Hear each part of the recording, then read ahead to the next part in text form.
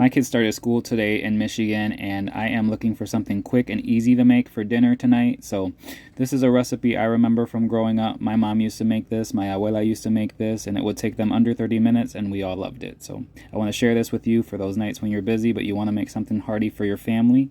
And so this is arroz con carne beef, or white rice with corned beef. I'm going to start with my white rice. I'm going to add a couple tablespoons of oil to the bottom of my caldero.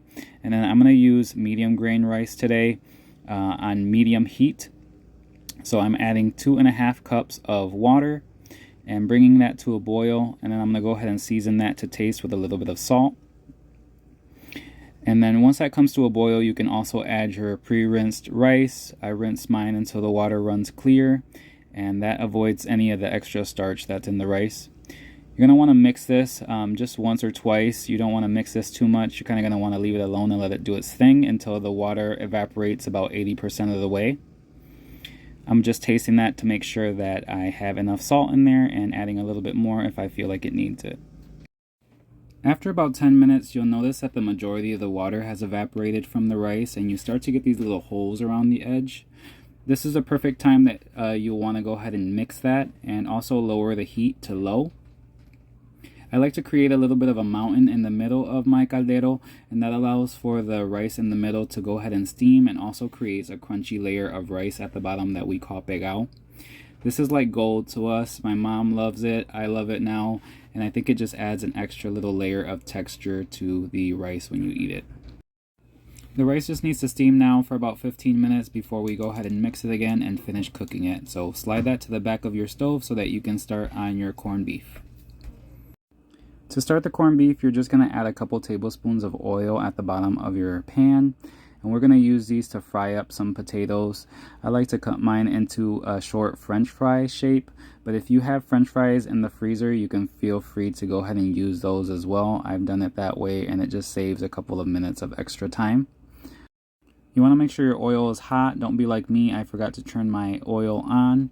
And so it took me a couple minutes to notice, and you'll see that start boiling pretty quickly afterwards. I'm going to go ahead and use medium heat on this. You want them to be golden brown and slightly crispy on the outside, but you also want to give time for the potatoes to cook inside.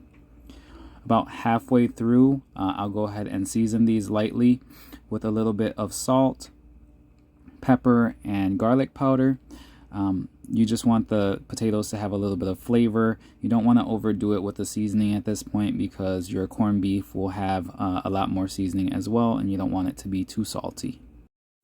You can always add salt a little bit more at the end if you feel like it needs it.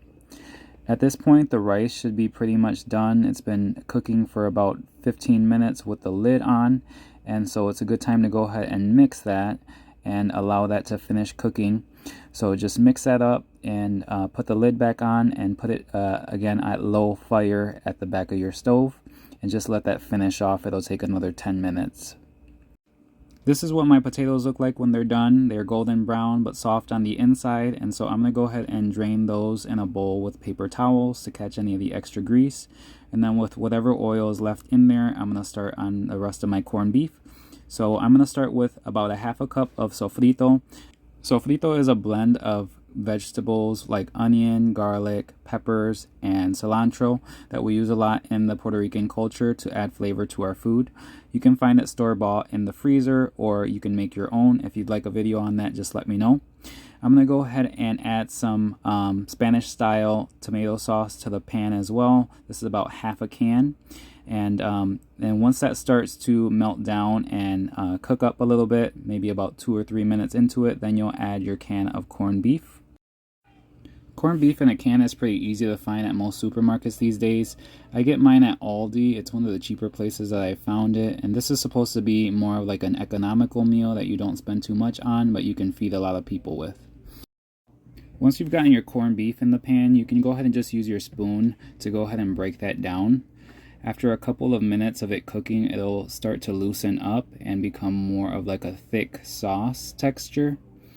And then you'll just want to keep on mixing that for another minute or two to help that continue to cook.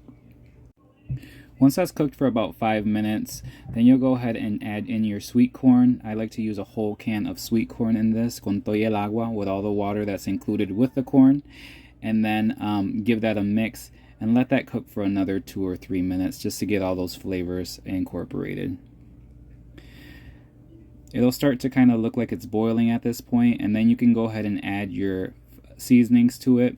I add a half a pack of sazon, a little bit of adobo, which is seasoning salt that contains garlic powder, salt, onion powder, cumin, and a couple of other different seasonings. The stuff in the green cap is just caldo de pollo or chicken bouillon, and then I'll add a little bit of garlic powder and some pepper as well. At this point I don't add any salt because a couple of the seasonings that I added already have salt in them, and so I want to allow that to cook together and boil down so that I can see if it actually needs salt later on. Give that a couple minutes to simmer, and then you'll want to thin it out with a little bit of water. I used about a half a cup, but depending on how thick or thin you want your corned beef, you can add a little bit more or a little bit less. And then once you do this, you'll want to go ahead and put the lid on top and continue to let that simmer for a couple minutes just so all of the flavors marry together and some of that water reduces down. I went ahead and tasted at this point, decided it needed a little bit of salt, so I added a couple of cracks of salt in there, but it didn't need much, so it's all going to be dependent on how salty you like your food. The corned beef has been cooking for at least 20 minutes at this point, so it's the perfect time to go ahead and add our potatoes back in. I like to let that simmer in the corned beef for another 3 or 4 minutes just to allow those potatoes to be infused with the flavors that are in the corned beef. But after that, you're done. You can go ahead and serve this on a plate. I like to do my corned beef on the side of my rice, but you can put it on top if that's what you prefer. Serve it with something green like a side salad. Today I have cucumbers, and if you get a chance to try it, please let me know what you think. If your family makes this and they make it differently, please let me know what you do differently so I can give it a try. And buen provecho. I hope you enjoy.